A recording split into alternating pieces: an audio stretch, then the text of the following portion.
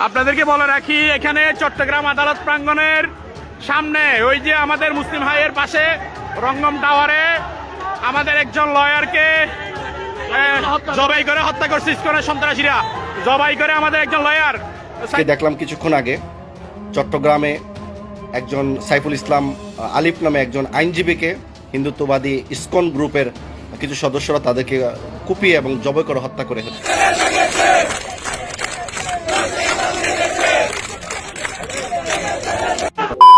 আসসালামু আলাইকুম রহমতুল্লাহ। সবাই কেমন আছেন? আশা করি সবাই অনেক অনেক ভালো এবং সুস্থ আছেন। সবাইকে স্বাগতম জানাচ্ছি আমাদের আরেক নতুন ভিডিওতে।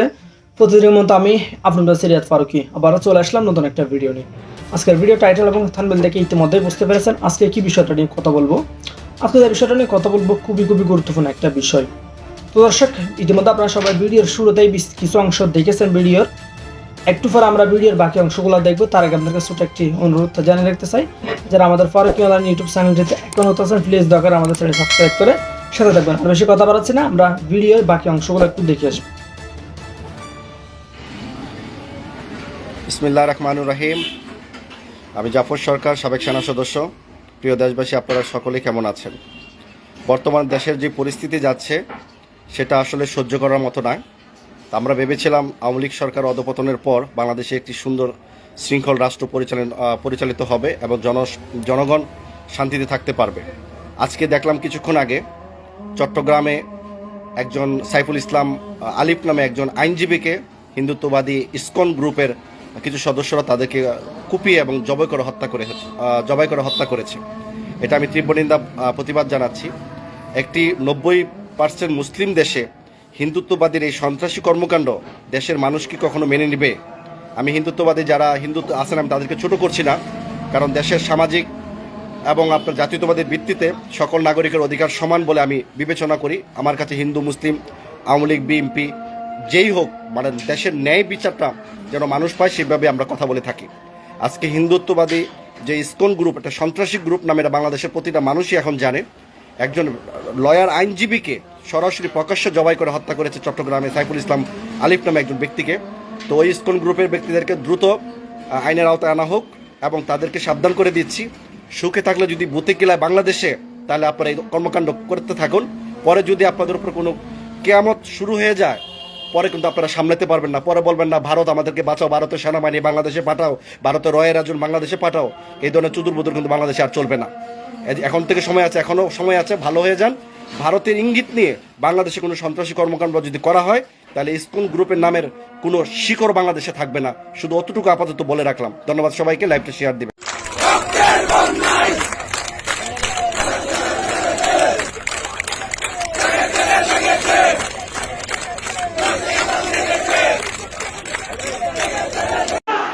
আপনাদেরকে বলে রাখি, এখানে চট্টগ্রাম আদালত প্রাঙ্গণের সামনে ওই যে আমাদের মুসলিম ভাইয়ের পাশে রঙ্গম টাওয়ারে আমাদের একজন লয়ারকে জবাই করে হত্যা করছে ইসকনের সন্ত্রাসীরা। জবাই করে আমাদের একজন লয়ার সাইফুল ইসলাম আলিফ, বাড়ি লোহাগাড়া চুনতি। আমরা প্রশাসন নিয়ে আমাদের অনেক লয়ার আটকে আছে, তাদেরকে আমরা উদ্ধারে যাচ্ছি। আমরা এখন পুলিশ নিয়ে আমরা ভিতরে যাচ্ছি। এখানে আমাদের অনেক লয়ার এখন আটকে আছে, আমাদের লয়ার এখন আটকে আছে অনেক। না ডিল মারবো না, কেউ ডিল মারিও না, ডিল মারিও না।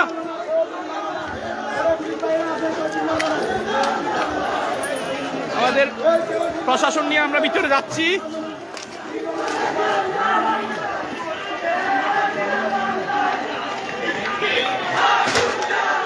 এই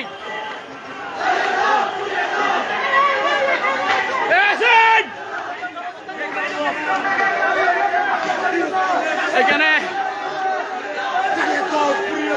ইসকনের সন্ত্রাসীরা আমাদের একজন লয়ারকে মেরে ফেলছে, অনেক লয়ারকে আটকে রাখছে। ডিল মারবেন না, কেউ ডিল মারিয়েন না, ডিল মারবেন না, কেউ ডিল মারবেন না।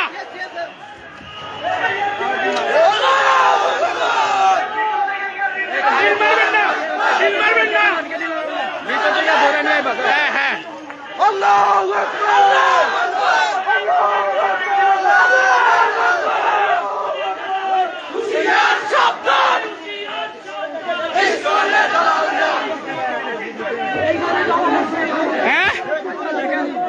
এই যে আমাদের লয়ার জায়গায় জবাই করছে, এই জায়গায় জবাই করে দিছে আমাদের লয়ারকে, একজন লয়ারকে এখানে জবাই করে দিছে।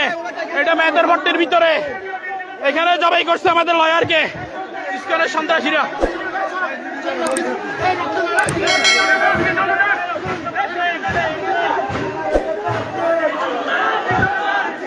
এই আসেন, এই ইট মারিয়েন না, ইট মারিয়েন না।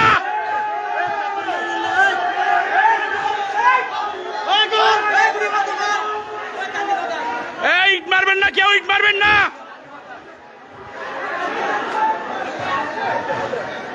এই এই চলাও, ইট মারিও না, ইট মারিও না, কেউ ইট মারিও না, ইট মারিও না, ইট মারিও না। আপনাদেরকে প্রত্যেকটা জিনিস দেখানো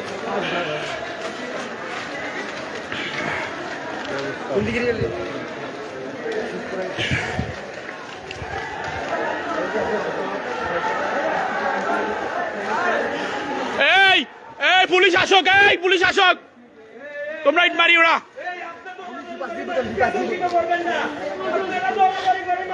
এই এই ইট মারিও না, কেউ দাঁড়াও, পুলিশ আসক।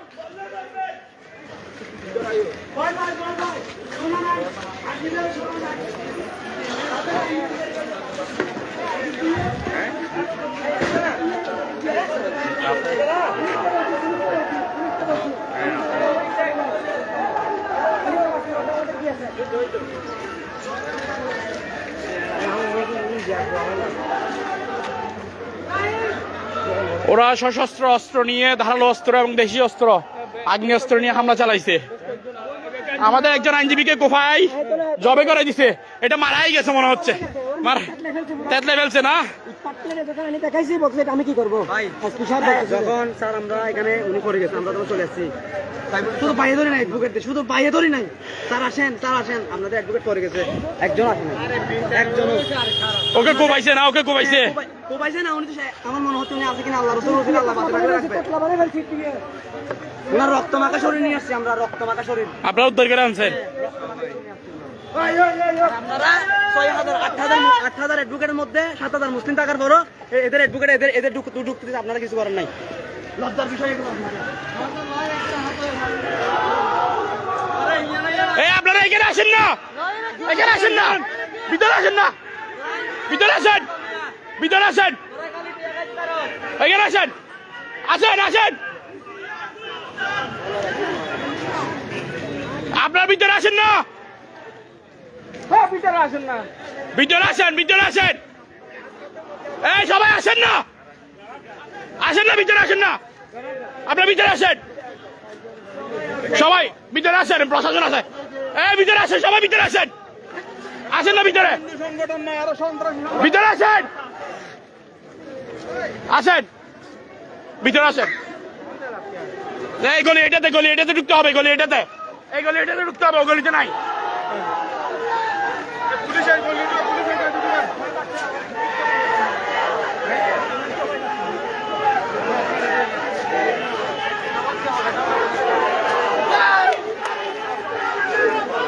ইসকন এই দেশে ধর্মীয় দাঙ্গা লাগানোর জন্য তারা মুসলমানদের মসজিদে হামলা করতেছে, আমাদের আইনজীবী একজন মুসলিম আইনজীবীকে জবাই করছে। ওরা যেভাবে পারতেছে সেভাবে।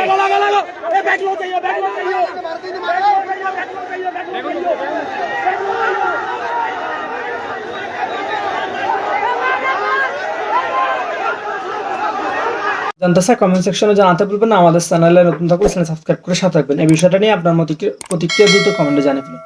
দেখা হবে না কোনো ভিডিওতে। ভালো থাকবেন, সুস্থ থাকবেন। আল্লাহ হাফেজ।